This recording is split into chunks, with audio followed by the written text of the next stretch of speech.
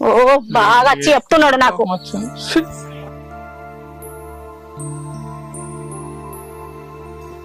Okay మామా, సరే చెప్తా. చెప్తా మామా, సరే. వీళ్ళు ఎటు వేరే తాళం విషయం తెలియదు. హైదరాబాద్కి చెప్పలే నీకు? నేనా చెప్పలే, నేను చెప్పిగా. చెప్పారు. సరే కానీ బిడ్డ, నీ అకౌంట్ లో 15 లక్షలు ఉన్నాయి కదా, తీసుకొస్తావా ఇవాళ పోయి? నిన్న తీసుకురామంటే నిన్న తీసుకురాపోతుంది. ఎందుకే? అరే ఇల్లు అన్న కాడ ఏ అవసరం ఉంటో అంతే కదరా. తెలిసి నీ అవసరాలు ఇంత 15 లక్షలు తీసుకురామంటావు. నీ కోళ్ళు వస్తుంది మెల్లగా. మా అమ్మ నా చేను వస్తుంది, కాళ్ళు వస్తుంది అని చెప్తుంది. నువ్వు కరిగిపోతావు, దానికి ఇచ్చేస్తావు. అట్లని కాదురా, దానికి ఎవరు అయ్యవు లేపా. నేనే చిన్నప్పుడు మా బావ అక్క చనిపోతే తీసుకొచ్చి సాగిన, పెళ్లి కూడా చేసిన. అరే దానికి ఎవరు ఉన్నారా? అన్ని నేనే కదా. గిట్ల అనుకుంటేనే లచ్చలు దానికి పెడుతున్నావు. నీకు ఒక కొడుకున్నాడు, మర్చిపోయినావా?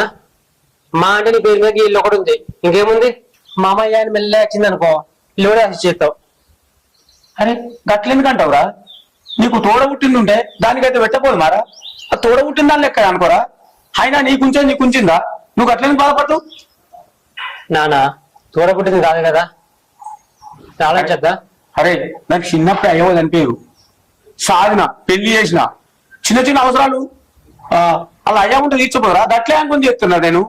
చిన్నప్పుడు జాయినావు, పెళ్లి కూడా చేసినావు, ఇంకా చేయన్నా? ఈ పిల్లలు కూడా ఎత్తమైంది నువ్వు. అరే నీ అక్కడ చెల్లెండి ఉంటే సర్దపోదు. అదే అంటావు, అర్థం చేసుకో. పీకో నువ్వు అర్థం చేసుకుంటూ ఏం లేదు. అరే అదంతా కాదురా, నిన్నకి ఇట్లా చేసినావు, ఇవాళ ఖచ్చితంగా 15 లక్షలు తీసుకురా. నాకు అవన్నీ తెలియదు. చెప్తే పోయినావని